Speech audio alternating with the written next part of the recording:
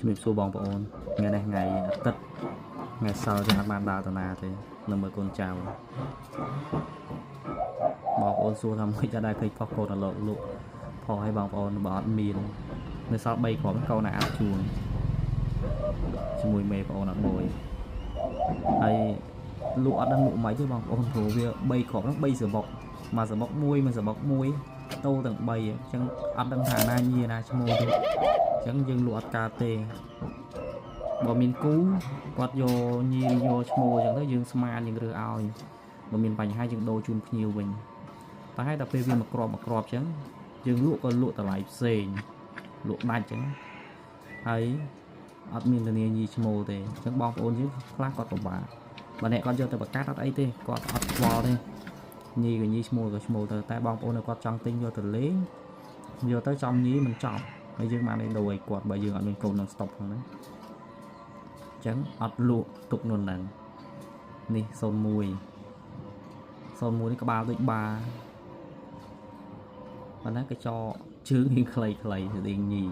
ហើយក្បាលដូចបាក្បាលវាមុខញីដែរអា02នោះមុខដូចមេមុខដូចម៉ែវាមុខនេះស្រួយដូចម៉ែវាអញ្ចឹង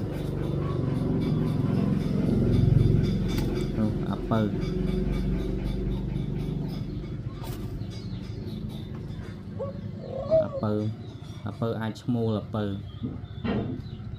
មិនគ្រាន់តែជាការស្មានព្រោះកូនមកកបយើងអាចមើលដឹងទាំងអស់ទេអញ្ចឹងមានតែទុកឲ្យវាធំឲ្យវាឡើងដឹងសិន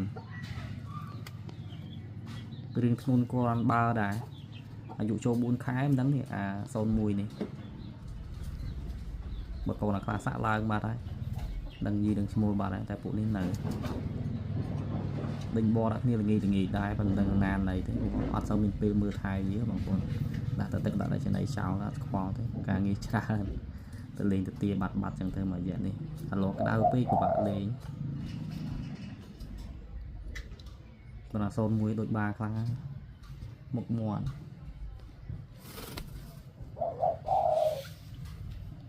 ហើយបាវាកំពុងតែមានក្តីសោកតែបាវានេះនឹងបានៅពីលើហ្នឹងអាចជួងបងប្អូនមើលក្បាលមុខបាមើលហើយកូនវាជាមួយ01ហ្នឹងដូចគ្នាអញ្ចឹង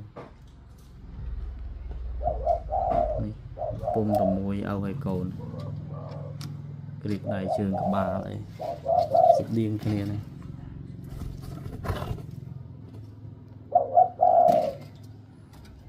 បានឈ្មោះទុកស្នងតំណែង